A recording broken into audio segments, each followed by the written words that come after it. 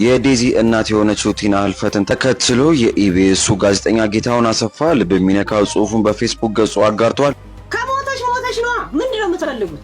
መማሪያ ሊሆነን ይችላል ወይ ለኛም ለልጆቻችን ለሁላችን ማለት ነው። እዚህ ላይ እኛ አስተያየት ልንሰጥ መብቱ የለንም። የዴዚ እናት የኔ ኩያ ነች። እቺ ልጅ አፈቀረች ጋር ስትመጣ አሞራው መጥቶ ስልክሽን አንሺ ማንንም ሰው ወደ ቤት ይዘሽ እንዳትሄጂ ብሎ ኮሜንት ላይ ጻፈላት ማስረጃ ነው ይሄ።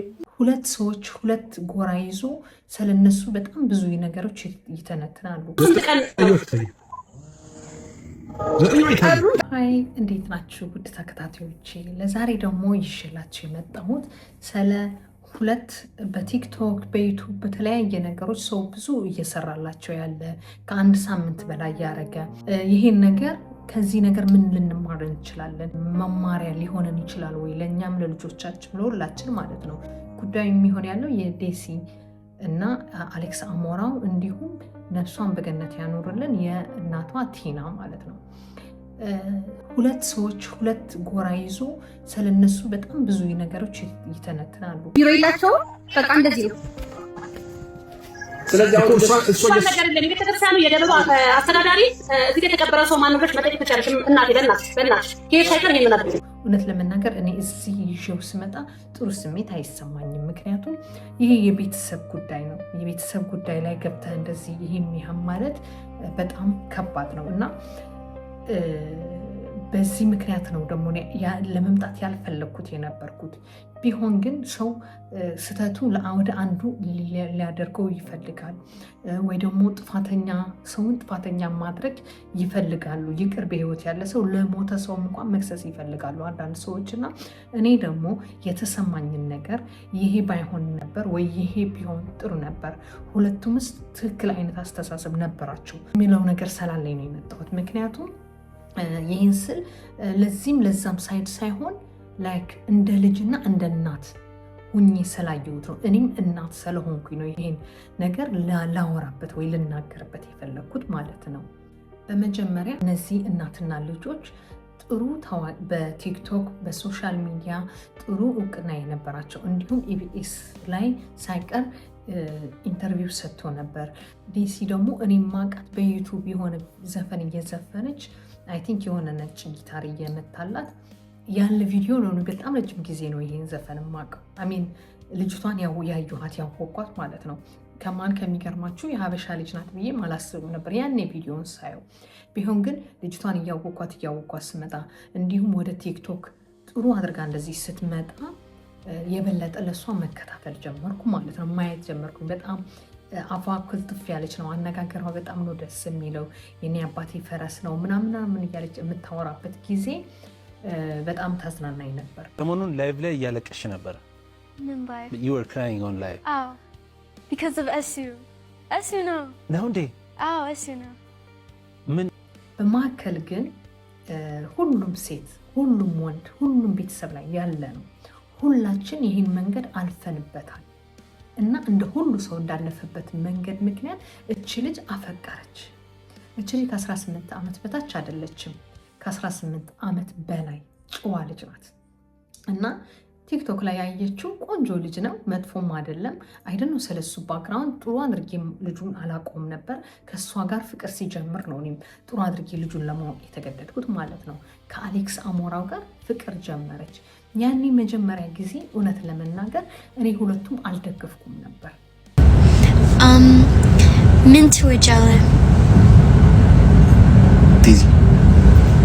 ለምን ዴዚ ትወጃለህ? ዴዚ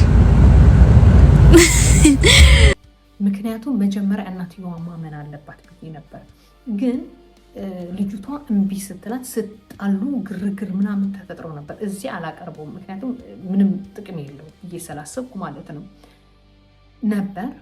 ተለያዩ። ልጅቷ ከምታፈቅረው ልጅ ጋር መኖር ጀመራ። ደግሞ እግዚአብሔር በልጅ እርጉዝ ናት፣ ልጅ ባረካቸው እና በእንደዚህ ሁኔታ ያለ እህታችን ልበላት ህይወቷ አረፈ። ህይወቷ ሲያልፍ በጣም ነው የሚያሳዝነው። ይሄ በጣም በመጀመሪያ የሚጎዳው የሆነ ሰው ሲሞት መጀመሪያ የሚጎዳው ከልጅ በላይ ለእናቱ ሁለተኛ ደግሞ ለልጆቿ ናት የምትጎዳው አንድ ሴት አንድ እናት ስትሞት።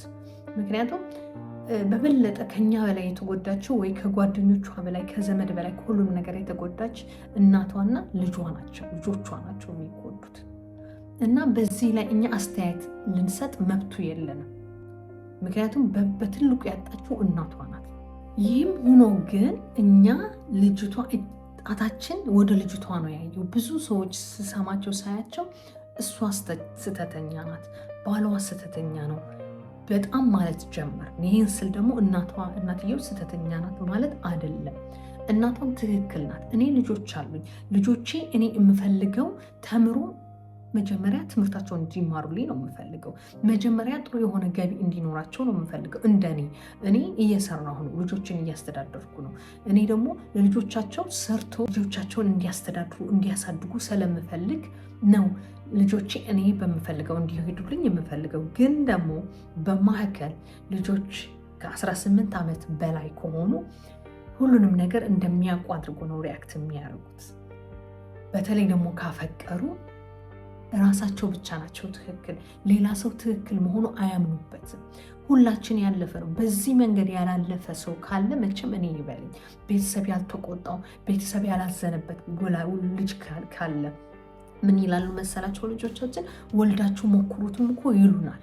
በጣም ስንበዛባቸው፣ በጣም ስናስቸግራቸው፣ ትምህርት አንማርም ስንል ወይ ደግሞ ትምህርት ነን ብለን ውጭ ስንሄድ፣ ጓደኛ ስናበዛ፣ ከማንስማ ጋር እንዳትሄጂ፣ ይቅር ከወንድ ጋር ከሴት ጋርም እንዳትሄጂ ታበላሸሻለች ተብለን ነው የምናድገው። ደግሞ የሀበሻ እናት ስትሆን። ይሄ ግን በነጮችም ያለ ነው። እዚህ ሀገር እንደዛ ላይ ተመሳሳይ ብዙ እንደዚህ ነገሮች አሁን ኬዝ እሰማለሁ። አንዳንድ ኬዝ ልጅ ወልዳ ሕክምናም ስለምሰራ ልጅ ወልዳ ሕፃን ልጅ ይዘው ሲመጡ ምናምን አባት የሌላቸው እኔ እኮ እናቴ መክራኝ ነበር፣ እናቴ መስማትን ቢብዬ ነው ወልጄ ሲንግል ማም የሆንኩት የሚሉኝ እኔ 2-3 ሰዎች አጋጥሞኝ ያውቃሉ። ሁል ጊዜ ወላጅ የሚመክረው ለእኛ ጥሩ ነገር ነው። ልጅ ደግሞ ካፈቀረ አያይም አይሰማም። የሆነ ሰው ካፈቀረ አያይም አይሰማም። ይቅር ልጅ ወጣት አይደለም። አንድ ወጣት ደግሞ ከ18 እስከ 25 እድሜ ያለው የማመዛዘን ችሎታው በጣም በጣም በጣም ጠባብ ነው።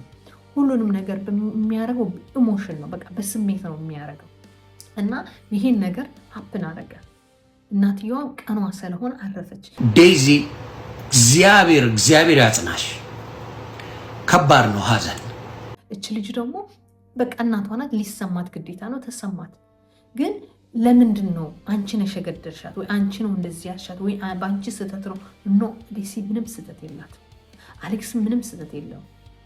አሌክስ አልፈልግሽም ቢላት እሷ ከልቡ አፍቅረው ብትሆን፣ ስንት ደግሞ እኮ እህቶቻችን እኮ በፍቅር አፍቅሮ ያበዱ እኮ አሉ። በፍቅር መርዝ ጠጥቶ የሞቱ እኮ አሉ። እስኪ እናንተ አስቡበት። አልፈልግሽም ቢላት ነበር እኮ አሁን ልጅቷ ለእናቷ እግር ሳት ትሆናት ነበር።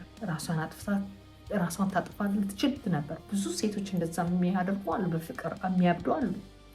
ለዚህ ደግሞ እግዚአብሔር የወደደው ነገር ነው ያደረገው። ከዚህ መማር ያለብን ወላጅ የልጆቻችን ነገር መስማት አለብን። ልጆች ደግሞ ልጆቻቸው ነገር መስማት አለባቸው። ነገሮች በይቅርታ ነው ማለፍ ያለብን። የምንማርበት ነገር ካልሆነ ማስ ሚዲያ አምጥተን ማኳካት አያስፈልግም። እኛ ምን ማድረግ ነው ያለብን? አሁን ለሞተው ጋር አንሞትም፣ ካለው ጋር ግን ማጽናናት፣ ከጎኑ መሆን፣ ማበረታታት ነው ያለብን።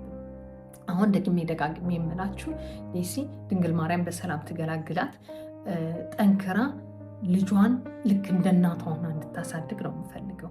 አሌክስም ወንድሜ አንተ ጥሩ ሰው ነህ፣ ጎበዝ ልጅ ነህ፣ አምንብሃለሁ። ጥሩ ነገር እንደምትደርሱ አብራችሁ 3-4 ልጆች ወልዳችሁ የእናትየዋ ዘር እንድትከትሉ ወይ ደግሞ ትውልዷን እንድትቀጥሉላት እኔ እመኛለሁ። እኛ እንኳን ባናያት እሷ በሰማይ ቤት ሆና ታያቸዋለች። በዚህ አምናለሁ። እናንተ ደስተኛ ከሆናችሁ ሁል ጊዜ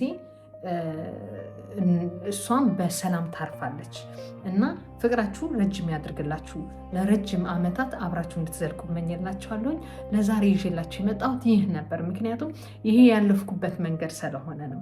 እኔም እንደዚህ ቤተሰቦች አስቸግሬ ብዙ ነገር አድርጌ አሁን ወይኔ እንዲህ ባላረግ ነበር ብዬ የምቆጭባቸው ቀኖች ስላሉኝ ነው አሁን ይህን ይዤ የመጣሁት። አይሆፕ ለእኔ ትረዱኛላችሁ ብዬ አስባለሁኝ። አይሆፕ እኛ ደግሞ ለዴሲ እንረዳታለን ብለን አስባለሁ። እህቴ ልጄ ዴሲ እግዚአብሔር ጽናቱን ይስጥ። እንዲሁም አሌክስ በርታ፣ ጀግነህ፣ ጠንክረህ ለዚህ ህዝብ ሁለት ያናግረው። ትልቅ ሰው ሆነ ትልቅ ትዳር አድርገህ ትልቅ ደረጃ እንደምትደርስ አልጠራጠርም። አመሰግናለሁ ስለተከታተላችሁ። ለዛሬ ይዤላችሁ የመጣሁት ይህ ነበር።